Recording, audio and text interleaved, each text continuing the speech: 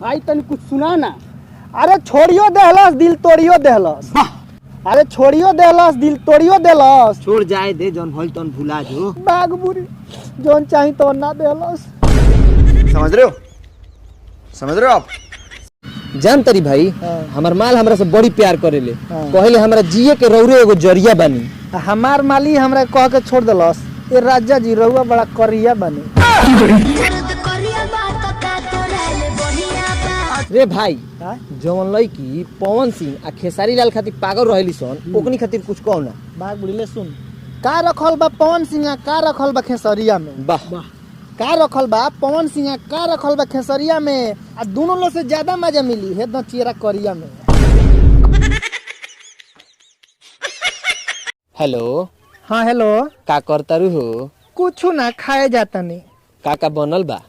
दाल भात भुजिया मरीचा के अचार। कमे खा ना तो मोटा जइबू। अरे नातिया के बेटा तोरा बाप के खाई ले रे तोरा बाप के खाई ले कि हम मोटा की पतरम का हम नाते बेटा।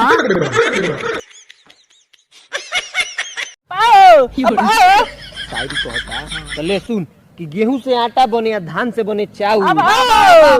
गेहूं से आटा बने या धान से बने चाउर। अब पहले तो एगो माल रहबे कइल आ एगो माल पटनी है आउ। दूगो से माजा लेबे पैसा सब चूस जाई।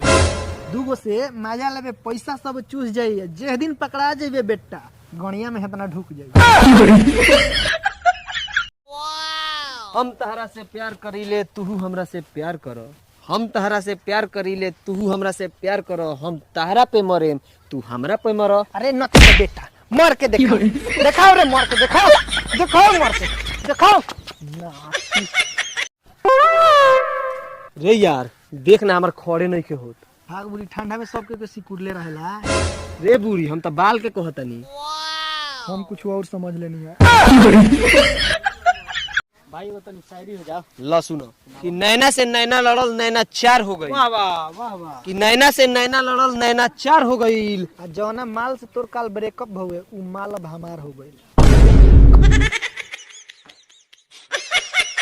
भाई एगो तनी शायरी हो जाओ। ला सुना कि चांदनी चांद से होती है सितारों से नहीं। वाह वाह वाह। चांदनी चांद से होती है सितारों से नहीं।